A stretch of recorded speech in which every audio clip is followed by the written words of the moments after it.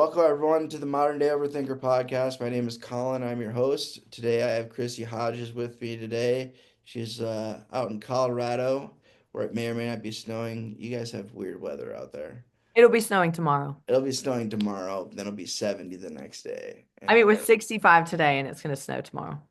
that's wild. I thought Midwest weather was weird, but I appreciate you taking the time. I know you have a busy schedule. So from what I have been able to learn about you, you are a certified peer and family support specialist and author of Pure OCD, The Invisible Side of Obsessive Compulsive Disorder, which is a memoir. It's like your OCD story, correct? It is my OCD story in print. In print. Okay, so let's take us back to where things started within the OCD world for you to where you got to now. Kind of maybe like the Cliff Notes version of that. Like, you mean like when OCD started or advocacy? I would say when OCD started because Yeah. I don't get that many people on here that also have OCD, um, and have pure OCD. So I want to get a little bit of the story. Obviously, I want people to buy your book if they want to, so don't tell the whole thing. But just the main points, just of how Yeah. we got here and how you got into advocacy Okay. from being a patient. Yeah. I mean, I definitely look at recovery as many, many, many different stages that Yes. it never stops. I mean, it stops if you stop working on it. Yeah. But onset of OCD for me was at age 8. Even though I can remember before then Mm. having compulsive behaviors, more physical compulsive behaviors, but it really started for me when I was in third grade and I had a kid in the class throw up, and I had a very massive reaction of anxiety to that, and had my first panic attack. And it was so big. It was such a break in reality for me that in trying to make sense of it when I was 8, um, my teacher took me to the back of the classroom because I had jumped out of my seat and I was Mm. in on the floor panicking. And then when I finally came to, when she took me to the back asking me if I'm okay, and of course I thought you need to be composed and don't let anybody know what's going on, because I didn't know what was going on. And the Mm. only thing I could think is in my worldview at that point at age 8 was that I had done something to offend God. I felt like what was happening to Uh, me was bad, and that the feelings were bad. And at that point, I just believed that when bad things happen, I must have done something to deserve it, which is, coming from some core fear stuff as well. And Scrupulosity. yeah. And so I then started to mentally review anything and everything I had done wrong, trying to figure out if I was being punished and what I could repent for. I grew up in the South. My dad is a Southern minister, so religion was really all I knew at that point. Mm. But that's when religion became really toxic for me. It it very much like turned inside out of now Yeah. we're looking at something that's punishing versus something that can be full of hope, Mhm. and support. And so I also have pretty massive childhood trauma and neglect. And so at that point, I knew I could not tell my parents what had happened. I just knew at 8 years old the consequences of what would happen if I did. So I then took it upon myself to say, no matter what happens, no one will ever know. And so I formulated this entirely different secret world Mm. where I was doing compulsions all the time in my head. I was doing prayer compulsions at night. But to the outside world, I was just an everyday regular kid, So all even mental though, compulsions. yes, Okay. correct. I mean, avoidance obviously isn't Yeah. mental, but True. nobody knew. I Yeah. mean, and um, but simultaneously, I also started acting out in school, Mm. getting in trouble. And this was all a result of OCD. And but I could not tell anybody. And so I was basically labeled the bad kid, which did not help what already was going on. But I would do these compulsions. Like to me, I would come into a classroom and look and see, oh, does everybody look well? Is anyone going to get sick? And if they look sick, No, I would it's go your and fault. yeah, I would go and be like, okay, if I could get them to laugh, that means they're not going to throw up. So I became the class clown. Mm, It's so silly and stupid, but like it was calculated in my mind, which meant I was now a disruptor, or like someone at one point I felt like looked sick and I didn't know what to do, so I started cussing to get their attention, to get some sort of reaction from them, and then my teacher heard me, so I got in trouble for cussing. yeah. So it's like these weird behaviors that I would do to get reassurance, are now impacting me. And I couldn't tell anyone the truth of what was going on. And so I would say that at that point, day in and day out, my life revolved around compulsions while trying to live this life on the outside that everything was fine and normal. And then when I was a teenager, I started to have intrusive thoughts about demon possession, and I had intrusive thoughts about harming kids and bestiality and incest intrusive thoughts. And then these were a bit fleeting. It's almost like if OCD thoughts could just hover over you, and every once in a while the cloud dips down. It's like in Super Mario Brothers with like that Yeah. little thing that drops the things on you. Yeah. Um, um, they would just touch me and go. It wasn't until I was 14 and I developed sexual orientation OCD. Mm, I solely attribute to the fact that we were told growing up sex is wrong and yeah. sex is bad. And I was a natural sexual kid at 14, boy crazy, everything else. And then but I was being told all the time, this is wrong, you are bad, which of course is then reacting with my religious Yeah. scrupulosity. So then I would act on my natural instincts to make out with boys and stuff like that. And then I would Yeah. feel punished. And then I thought the sexual orientation thoughts were a new punishment. Mm, Now, when I developed sexual orientation, it was literally in like 2 seconds. It went from everything being normal, not normal, but you know what I mean, to are you gay?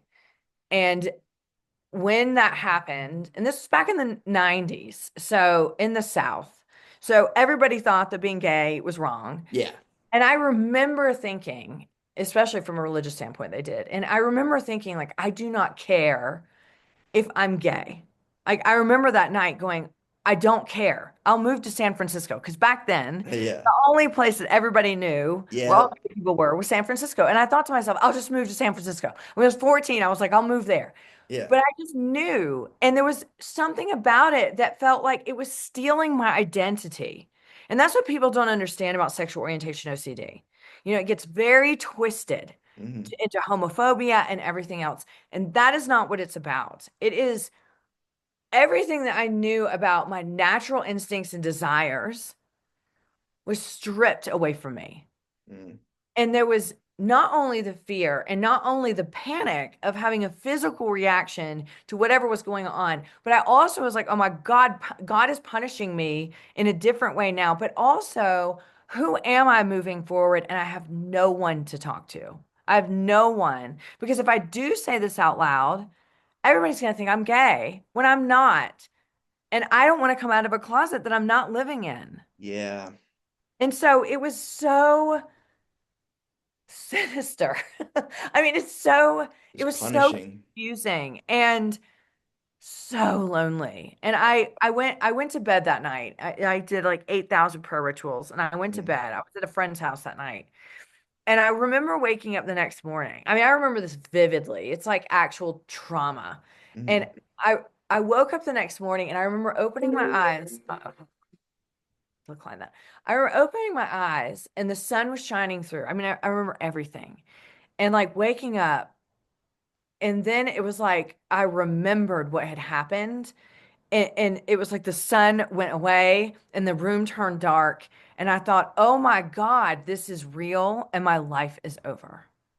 And the doom that I felt on that morning was so extreme. I just thought there's no way out of this but suicide.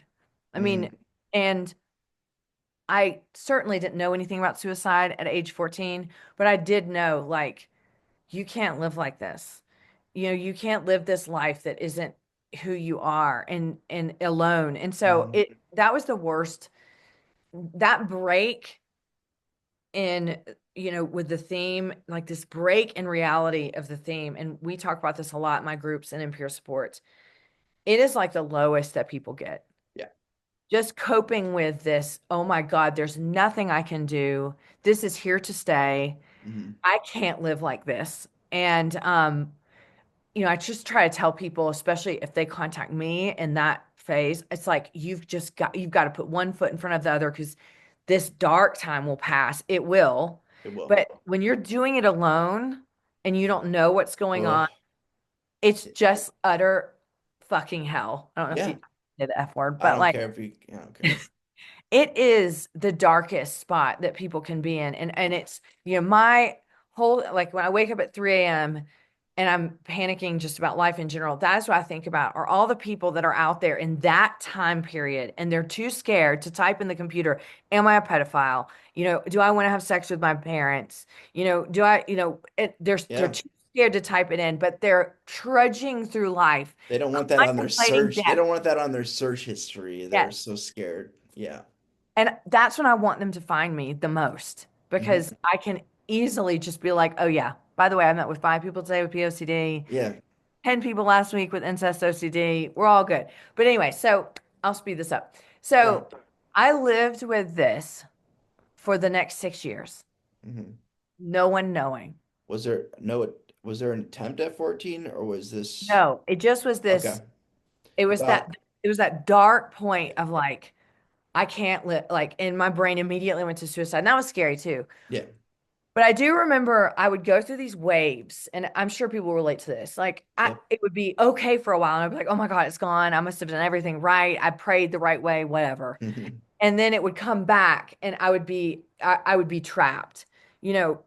And I would count the days, and I was last time this happened, it was only 14 days. If it goes past 14 days, I'm in trouble, And then it would break, and I'd be like, "Oh my God, okay, we're okay," you know. And so I all the while having to put this facade out to the world. I'm this perfect student. I'm this perfect athlete. I'm this perfect, I'm popular among my peers. I'm a great, straight A student, whatever. And like I cannot imagine how I did this. The Now, mask. 48, I cannot imagine it. And Yeah. so I held all this entire experience up for 12 years with no one knowing.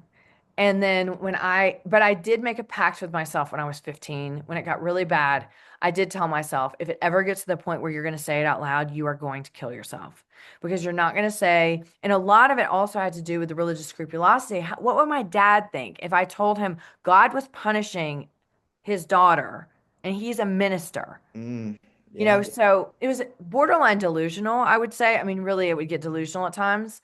Um, but I still had my insight intact enough to where I was, it was okay. But anyway, when I was 20, I was in college, like perfect everything. Like I had a full ride to college. I was a college athlete. I was in a sorority, like perfection on the Yeah. outside world, Everything looked great. dying inside. And my cousin died and Mm. it was sudden and he was one of my best friends. And so the grief on top of whole like with of this OCD that I still didn't know it was OCD. We were still in the You didn't even 90s. know what it was. Yeah. There was no internet, there was AOL dial-up, and I was not going to the computer lab being like, can you turn gay overnight? And Yeah. can God punish you in that way?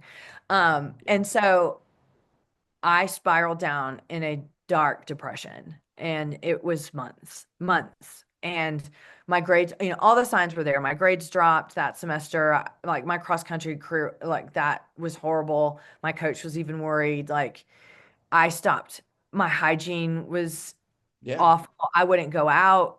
All my sorority sisters, I lived in the house. They were like, are you okay? And I'd be like, oh, I'm just tired. Of course they would leave and I would Yeah. just The spiral tired excuse. rumination. Like, and I just kept saying, like, this will break, but this is the longest it had ever been.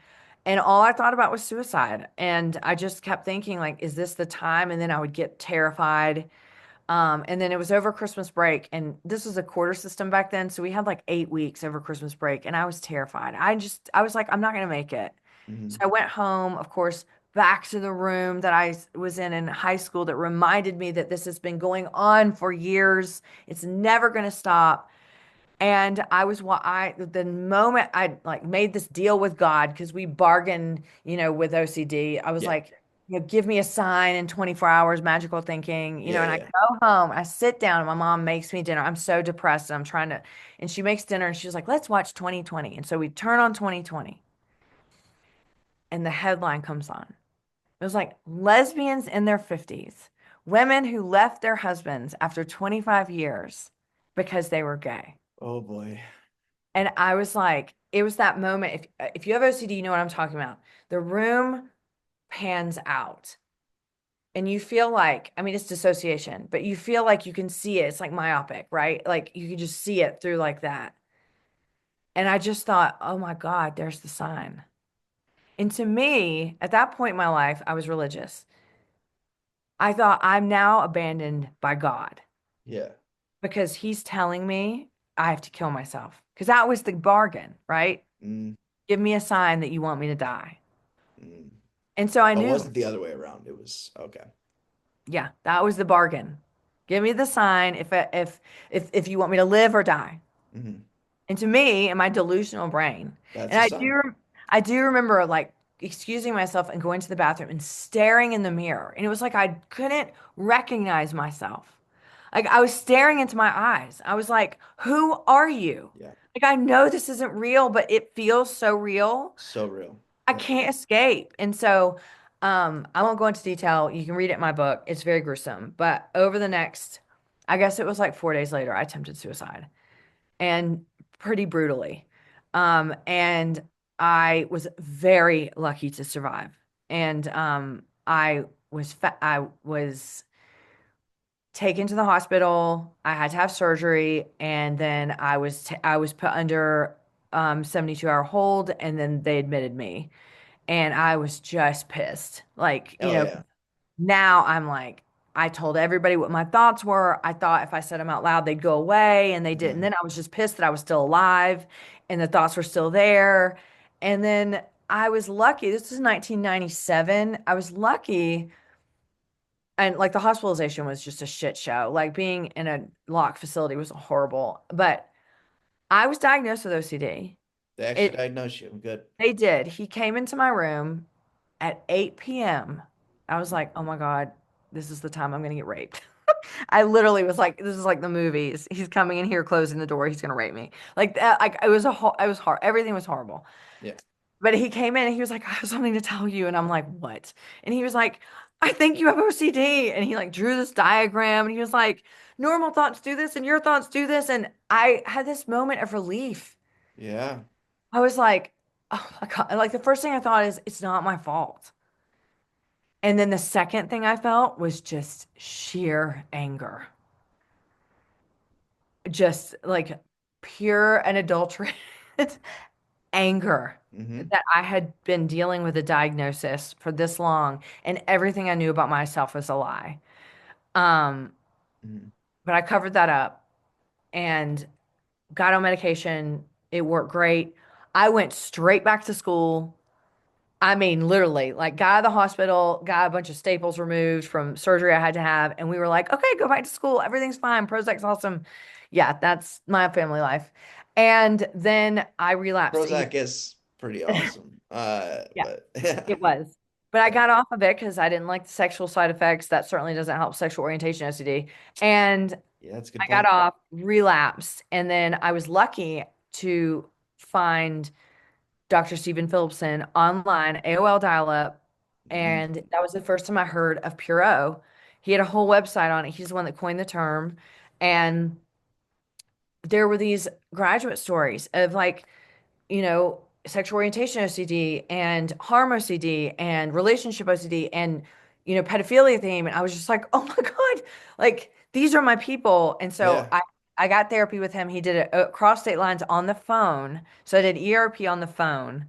And I was scared, but I was lucky. We didn't have Google then. So I couldn't like go and Google stories about ERP. Yeah. I went blind. I was desperate. And he was Yeah. just like, you want to get better? You do what I say. And it completely eradicated the HOCD theme. However, I adopted the mentality that a lot of people adopt, which is I'm better now and I'm cured and I'll Mm, never have OCD again. And then I need to just go enjoy life. And you yeah. cannot enjoy life when you've had a traumatic experience that you've not processed, including a suicide attempt and hospitalization, not to Yeah. mention 12 years stolen from me Yeah. from OCD. And so I struggled all through my 20s with just not understanding acceptance. I was trying to live a life being the same person that I was, not understanding that you are significantly different after OCD. And I developed addiction to alcohol. I probably could have met criteria for a personality disorder. I mean, I was just a mess. And then in my 30s, I moved to Denver from Steamboat. I lived in Steamboat Springs for 11 years, and I owned a clothing store, moved it down to Denver, and had a significant relapse with harm, OCD. Mm, And I didn't know I was relapsing because, again, I just thought I don't have OCD anymore and yeah. it You're feels so cured. real. Yeah. But then when my roommate was like, "Why do you keep asking me if you've killed someone?" Like, she was like, "You've asked me 10 times in 10 minutes." And I was like, Reassurance. "Oh Lovely. Yeah. no." So that's when I really decided, I got back on meds and then did ERP again. And then that's when I really thought, I can't do this by myself. Like I have got to find these people out there that have OCD. I cannot live this life anymore lying to everybody about who I really am. I didn't even know who I was. You really don't know who you are with or, With or before and without. after Yeah. treatment. And Yeah. so I decided to do advocacy. I was 30, I guess I was like 34 at that point. And so I learned how to public speak. I started speaking all around Denver about OCD. I started a blog, I started a podcast, and then I started speaking at the IOCDF conference, and I started doing YouTube videos. And that's when shit really took off, when I started doing YouTube That's videos. how I found it was YouTube. Yeah. Most people do. Yeah. Yeah. Because I And was because I was researching at the I time. know. Yeah. I know. And so in 2016 or 2017, I can't remember what year it was, that's when I really started doing videos that were like more oriented toward taboo, intrusive thoughts. Yeah. When I saw the first video of you, I was like, she's not holding back at all. And I'm like, this is great. This is what I need I to see. don't hold back. That's good. Yeah, No. we need that because there's so many. So my one question, not to stop the story, but No, it's okay. um, can you describe pure OCD to someone who has no idea what it is? Yes. So pure OCD is the community name for individuals that have intrusive thoughts and mental rituals. So it's not an actual DSM diagnosis. No. But it's important to have a distinction. And the reason why is because people who live, and I'll explain what pure OCD in a minute, but this is important. Hmm. People who live with intrusive thoughts and mental rituals do not have the luxury, not that OCD is a luxury with physical compulsions, No. but of being able to see their compulsions in real time. So that adds to the fear that they really don't have OCD. When I'm doing physical compulsions, when I'm worried about vomiting, so washing my hands, Yeah. washing things down, checking, things like that, I know it's That's OCD. physical. Yeah. When I'm worried about whether or not I want to give my dad a blowjob, and I can't get those visuals out of my mind, and I'm scared about it, and my groin's firing and everything else, I can't see that I am ruminating 24/7 and mentally reviewing and avoiding, and everything else. And so I have the added fear of this is not OCD. I am just a monster. Yep. And so the importance of having a community of people who identify with this is assurance that we aren't alone and assurance that this is a real thing that other people feel. Because when you are experiencing this by yourself, feeling like you're aroused when you're looking at your dog's butthole or whatever else, Something. Yeah. Yeah. like, you seriously go, this cannot be a disorder. There's no possible way. So it's important to have that distinction and that community piece, so you can know in your darkest times there are other people out there that understand. Hmm. Pure OCD is OCD. It's obsessive compulsive disorder. It just manifests with intrusive thoughts. And intrusive meaning unwanted Yeah. thoughts that you feel, thoughts that make you pause and sometimes make you horrified. Hmm. But a lot of times they are just thoughts of like, oh, why did I think that? And that momentary lapse is what fires the compulsions and Yep. starts the cycle. And a lot of times you can't stop that. And so so the compulsions then are mental. And rumination, despite what many people say, therapists in general, which I do not appreciate, when they say that the compulsions aren't automatic, because that's very shameful for us. I have been ruminating since before I can remember. If you tell me that my rumination is not automatic, you're telling me that I'm a shithead that doesn't know how to make myself better.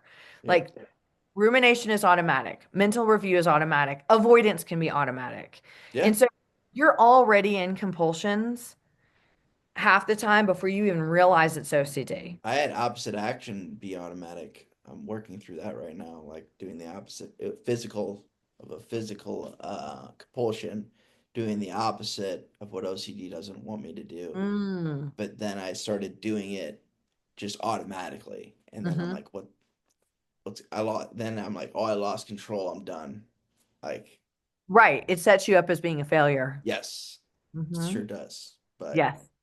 yeah, so that's why when I started seeing stuff about Puro and people like sharing, I had that moment of because I had never met someone that had like the sexual intrusive thoughts that I had until I went to treatment last year and like met somebody in person. I'd read about it online, obviously, and seen people talk about it.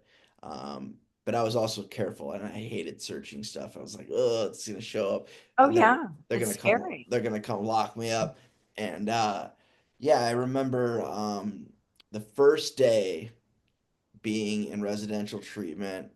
I was like, I was somebody was like, so basically it's like I don't want to compare it to prison because it wasn't like prison, but it's like, why are you here? You know, people want to know like, hey, what's your thing? Because there's all different avenues and different OCD ticks that everyone has and different subtypes, all that good stuff. And I was like, well, I mean, I'm not gonna lie to you. Like, this is, I mean, I have fears of harming children, of harming other people, of yeah, all kinds of just the worst things you can think of. Hmm. And I remember somebody saying, "Oh, I have that too," and I was like, "Oh."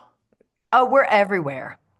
Yeah, I know. And I was like, finally. And we Yeah. like became, unfortunately, she was like, only had a couple weeks left. So I didn't get a chance to really get to know her as much as I wanted to. But I do have her number and need to reach out to her because she helped me a lot because the first day I felt like I was in the right place.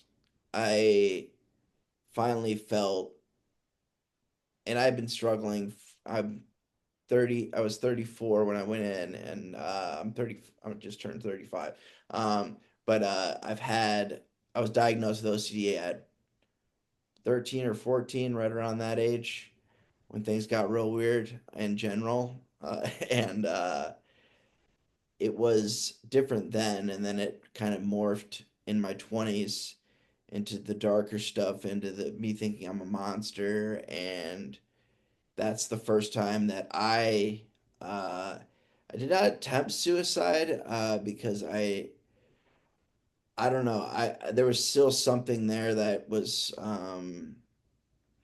I have an uncle who committed suicide, so that comes to mind, and I remember how that affected my mom because they were very close, and I didn't want to cause that to happen to her, Hmm. um, and I said, "Hey, look, I don't know what to do. I don't want to be here anymore." But and I was living at home at the time, and I was like, "Take." they're like, you want to go to the hospital? I'm like, yeah, because I don't know what to do. And then that was the first time I ever admitted that I had these thoughts because I was afraid to tell Oh anyone. yeah. Um, because that wasn't how my OCD started. So I was like, what's going on? Am I like a pedophile? Am I a monster? Am I, attracted to my mom or whatever? Mhm. All this crazy stuff. And I shouldn't say crazy, but it was wild. It was just unheard of Pretty stuff that I, crazy. yeah, I guess you could use it. But I finally said it out loud to the nurse. I was like, hey, you know, can't stop thinking about harming. And it was a specific person at the time. That's And awkward. that's how it started, was a specific person. And it was obviously somebody I cared about, his family. And they were like, well, since you told us, we have to tell your parents. God. And I was like, uh, no, please don't. My parents are very understanding people. I'm very lucky there. So they got it, but they had to tell them because they're like, in case you do harm some, do actually go God. through with it, even though that was Oh, the last thing I wanted to do. It's because I yeah. brought it up. They had to mandatory report it to somebody, and I was like, but luckily the nurse that was in there was like, hey, everybody has thoughts like that. The thing is with us, we have a thought like that, it doesn't just go away. We're like, that needs attention. That's messed up. Let's pick that apart. And if there's any shred of doubt, we're gonna latch onto it.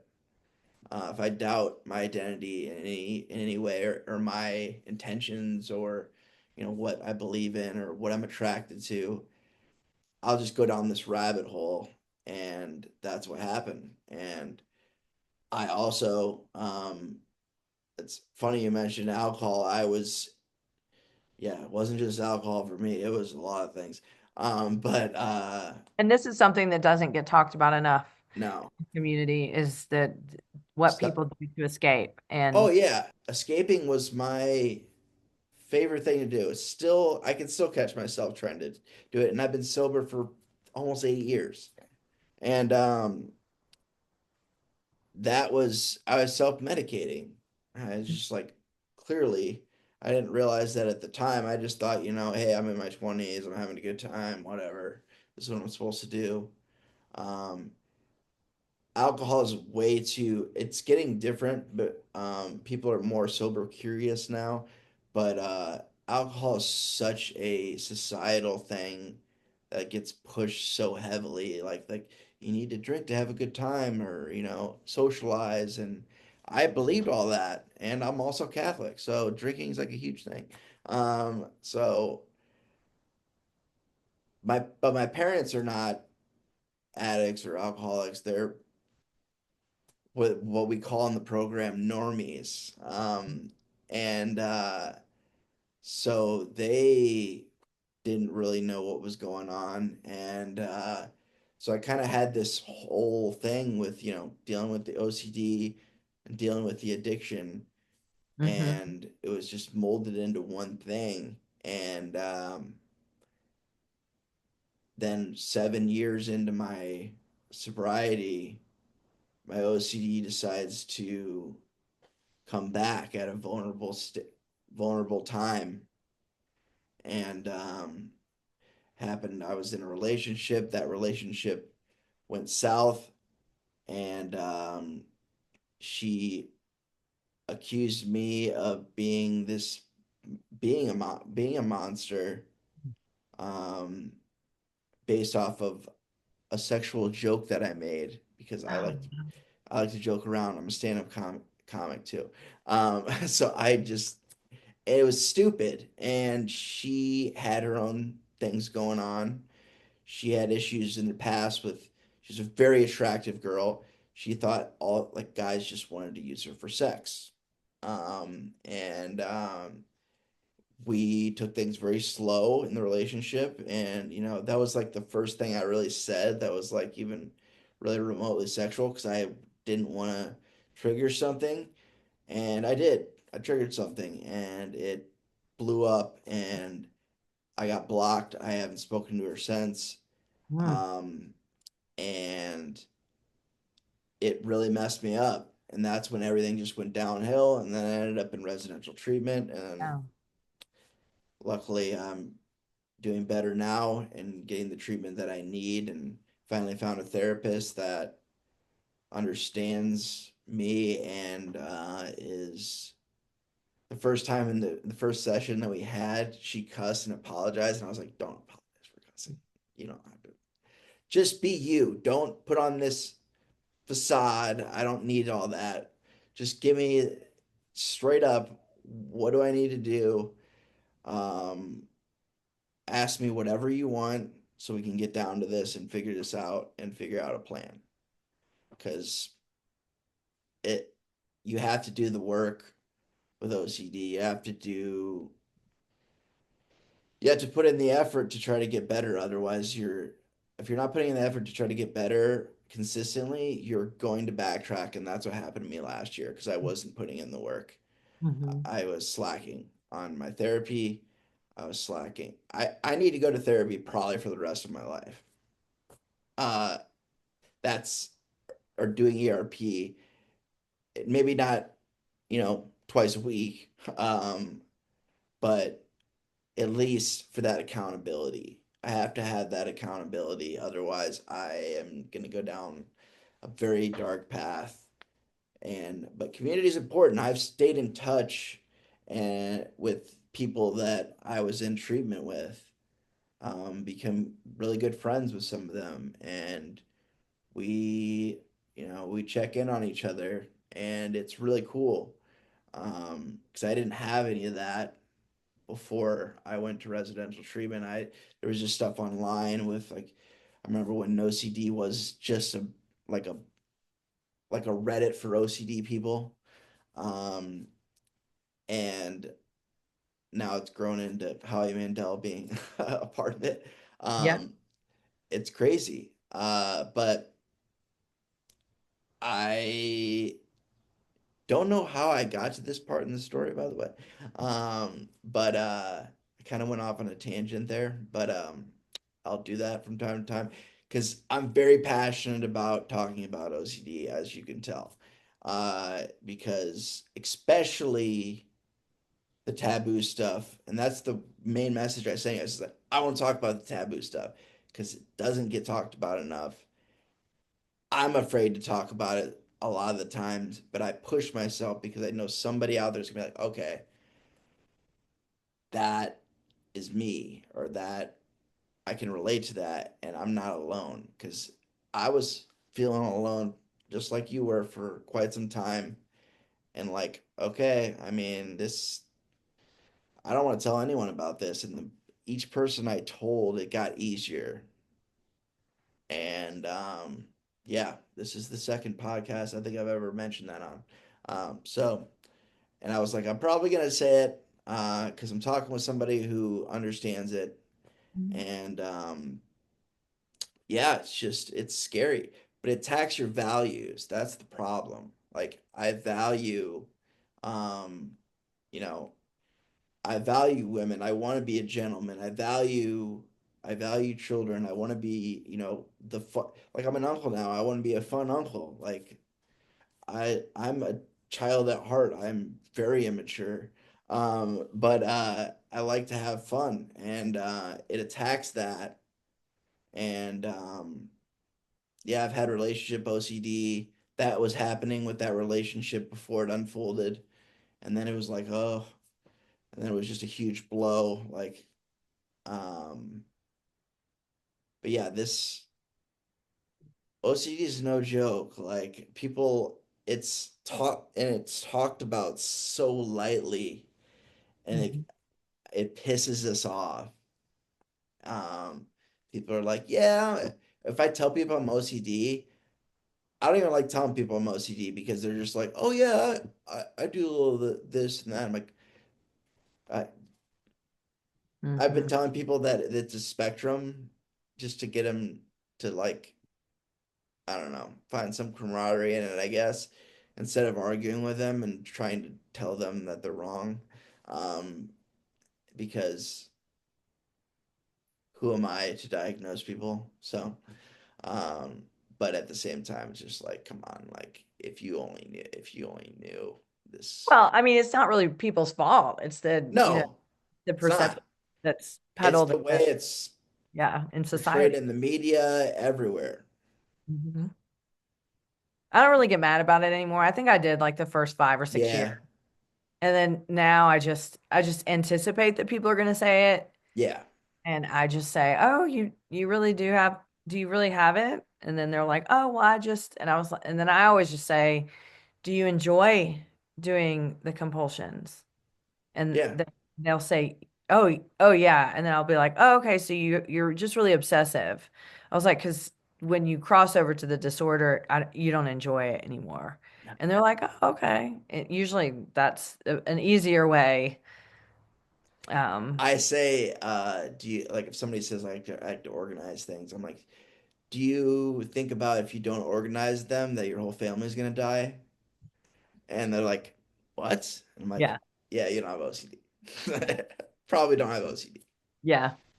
I mean, I usually just look at it now as, and I didn't before. I used to get mad about it, but I look at it now as just an opportunity to educate people, Yeah, uh, if they're willing to hear it. absolutely. And then Yeah, sometimes I'm just like, I'm just not interested. They can just keep thinking that. I mean, yeah. unfortunately, it's just like it's systemic now. I mean, there's no way we're ever going to educate the public about that OCD isn't quirky. It's too ingrained that it is and that everybody has some of it. And so Mhm. once I kind of radically accepted that, it was just Good old radical acceptance. like whatever. It's they're not my people anyway. Yep, I get what you're saying. But there has been more progress. I've seen more people, obviously advocates such as yourself, sharing their story Mhm. and people hearing it and being able to relate to it and also just understand it. Um, my dad's been trying to understand it. He's been doing his research. He wants to understand me better because he really cares about me. And he picked up the book. Have you ever heard of the book Brain Lock? That was the first book I ever read Yeah, on it. Yeah. it's still pretty solid. Like I did it. I listened to it audio because I'm not a big reader, like I told you earlier. Um, and I'm like, man, for this being 20 years old, I think it's 20 years old, or maybe even older than that. There's Th- good stories in there of this the still different holds types. up. Yeah, Yeah. The strategies aren't so great. The stop sign. yeah. I remember that. The labeling though, I do like. Yeah. Um, like oh yeah, that's okay. We're like that's OCD creeping in. How are we gonna approach this? That I like, and he really got into that book. He's a big reader, so Mhm. uh, I don't know if he could handle reading your book. No offense, just I don't know No, if it's raw. It's very it's raw and raw, very vulnerable. very raw and very vulnerable, which I love. It's more geared toward people with OCD. Yeah, it's more Sure. geared to people with OCD. Okay. Yeah. Well, if I ever get into reading mode the way I want to, I will read it. Unless Yeah, it's pretty good. um, but yeah, I know you have to get going here I shortly. do. But thank you for having me on. I hope it was helpful. Yeah, it was definitely helpful. It's always good to talk to someone that I don't have to put a filter on or anything like that. Um, and that, is out here really advocating. And I really appreciate what you do. Like I said, I sent you that message like a year ago, well, last year, and I was like, I saw your video, like really helped me because Yeah. I thought I was a monster. I thought I was this horrible person because of just thoughts and my body and I know. I know. you're like I can't I should because my thing is like if I don't have control over something then it's a problem and I that's where I start to freak out. Yeah. Yeah. That's common. I definitely like to touch on the things that nobody talks about. I just did a podcast with Stu on the OCD stories on this very issue of if people are going to advocate, they've got to start talking about the taboo themes. You can't Yep, advocate for OCD and just do it because you don't want to lose followers. Like, you've got to represent the whole community. I'm over that. I'm over Oh, the yeah, yeah, like would I like to be able to be an influencer and not have to work a regular job? Yes. But I want to be authentically me doing that. exactly. Yeah. But So, but thank you for having me on. I do have to go. I have group yeah, in a minute. yep, no problem. I have to connect with you on the group thing because I would like to join sometime and see what that's all about. Absolutely. Oh, my Yeah, groups are so phenomenal. yeah, Yeah. But thank you so much. And I'm so happy that you're doing this podcast and talking more about the things that people really need to hear. yeah, absolutely. Yeah, Hopefully we can talk again soon. absolutely. Enjoy your group and Thanks. take care. Okay. All Bye, right, Colin. Thank all right. you. Bye, Chris.